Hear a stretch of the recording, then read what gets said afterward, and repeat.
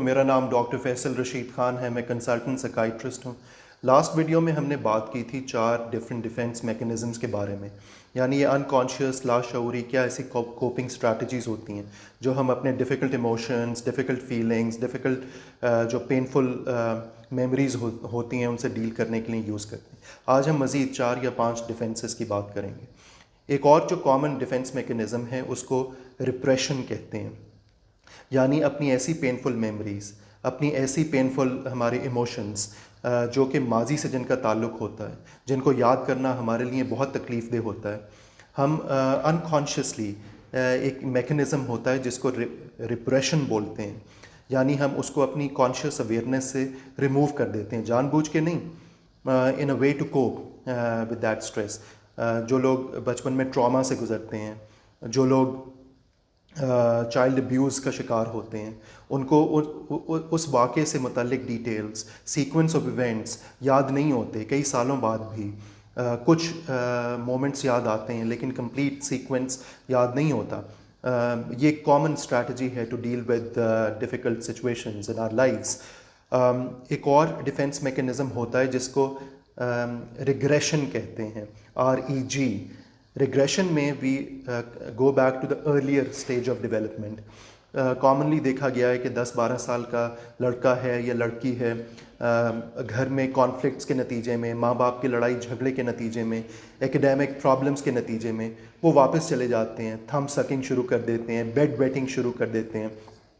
और एडल्ट्स हैं जैसे वो ओवर ईटिंग की तरफ चले जाते हैं, स्मोकिंग की तरफ चले जाते हैं, या स्पोर्ट्स में ओवरली इन्वॉल्व हो जाते हैं, वीडियो गेम्स में। अगेन ये रिवर्ट कर रहे होते हैं to an earlier stage of development. Sports को एडल्ट प्ले भी कहते हैं।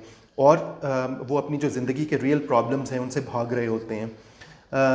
इसके अलावा एक और जो डिफेंस मैकेनिज़्म है उसको इंटेलेक्चुअलाइजेशन कहते हैं, जहाँ पे लोग अपने जो रियल प्रॉब्लम्स होते हैं उनसे डील करने के लिए बहुत ज़्यादा फ़िलासफ़ाइज़ करते हैं, इंटेलेक्चुअलाइज़ करते हैं। यानी अगर डिफ़िकल्ट मैरिज है, मैरिज में प्रॉब्लम्स को वो एड्रेस नहीं करेंगे लेकिन वो उसको फ़िलोसॉफिकली देखेंगे। हस्बैंड को ऐसा होना चाहिए, शादी को ऐसा होना चाहिए, बहू ऐसी होनी चाहिए, लेकिन जो असल अपने प्रॉब्लम्स हैं उनसे वो भाग रहे होंगे, दूसरों को मशवरे दे रहे होंगे लेकिन ख़ुद अपनी प्रॉब्लम्स से डील नहीं कर रहे होंगे।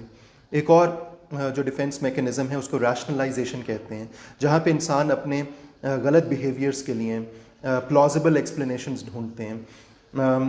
किसी के साथ अगर उन्होंने ज़्यादती की है लेकिन वो पूरा अपने आप को तसल्ली देने के लिए, अपने गिल्ट को, अपनी एंग्जाइटी को कम करने के लिए वो पूरी एक्सप्लेनेशंस देंगे कि मैंने उसके साथ इसलिए बुरा किया क्योंकि वो भी तो बुरा है, वो दूसरों के साथ बुरी है, उसने मेरे साथ 1, 2, 3 कई दफ़ा ऐसा किया है।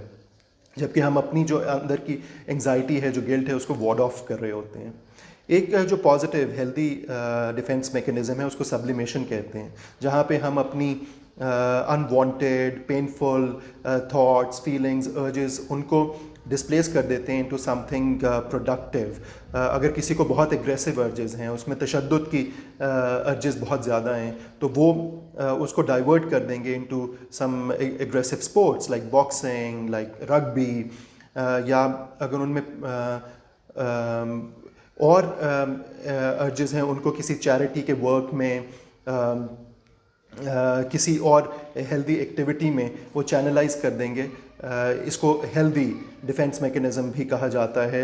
उसमें ह्यूमर भी शामिल है। कुछ लोग अपने लाइफ के स्ट्रेसर्स से, प्रॉब्लम से डील करने के लिए तंज तो नहीं, मजाक का सहारा लेते हैं, और ये सोशली एक्सेप्टेबल है।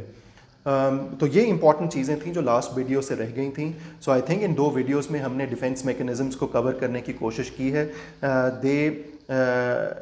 they are the kind of behaviors, thinking styles we all indulge in, कुछ कम कुछ ज़्यादा, लेकिन ये कब अनहेल्दी हो जाते हैं? जब हमारी फंक्शनिंग इफेक्ट होना शुरू हो जाए, जब हमारे रिलेशनशिप्स इफेक्ट होना शुरू हो जाएं।